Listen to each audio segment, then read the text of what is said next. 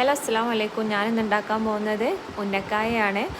First നമുക്കൊന്ന് പഴം cook ചെയ്തെടുക്കണം. അതിന് ഞാൻ ഇഡലി കുക്കറിൽ വെച്ചിട്ടാണ് പഴം കുക്ക് ചെയ്തെടുക്കുന്നത്. പിന്നെ ഇതിലോട്ട് നിറയ്ക്കാൻ നമുക്കൊരു തീൻ ആവശ്യമുണ്ട്. അതിന് തേങ്ങ, കാഷ്യൂ, മുന്തിരി, പിന്നെ ഏലക്കായ പൗഡർ, ഗീയും കൂടെ വേണം.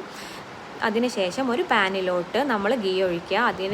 അതിലോട്ട് കാഷ്യൂ ഇട്ട് കൊടുക്കുക. കാഷ്യൂ ഒന്ന് മൂത്തതിന് ശേഷം മുന്തിരിയും കൂടെ ചേർത്തിട്ട് ഒന്ന് മൂപ്പിച്ചെടുക്കുക. എന്നിട്ട് അത് കോരി മാറ്റി വെക്കാം.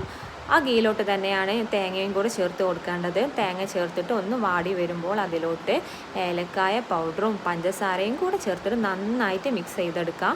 എന്നിട്ട് മാറ്റി വെച്ച കാഷ്യൂ കൂടെ ചേർത്തിട്ട് അത് മാറ്റി വെക്കാം.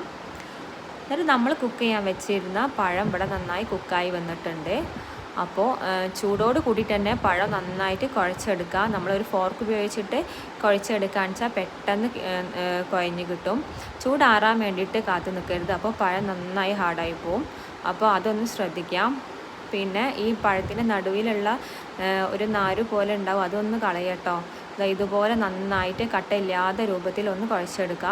എന്നിട്ട് ഒരു പാത്രത്തിൽ കുറച്ച് ഗീ എടുത്ത് വെക്കുക. എന്നിട്ട് അതിൽ കയ്യിലൊന്ന് കുറച്ച് ഗീ ആക്കിയതിന് ശേഷം നമുക്കൊന്ന് ഇതുപോലെ റൗണ്ടാക്കി ഒരു ബോൾ പോലെ ആക്കുക ആദ്യം.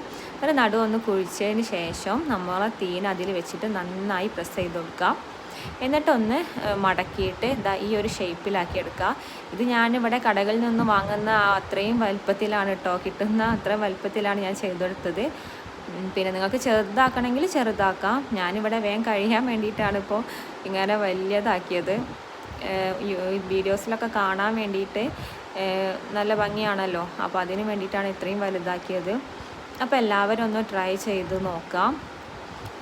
പഴം ഇഷ്ടപ്പെടുന്നവർക്കൊക്കെ എന്തായാലും ഇഷ്ടപ്പെടുന്ന ഒരു ഡിഷാണ് കേട്ടോ ഉന്നക്കായ. പണ്ടുള്ള ഒരു പലഹാരമാണ് ഉന്നക്കായൊക്കെ.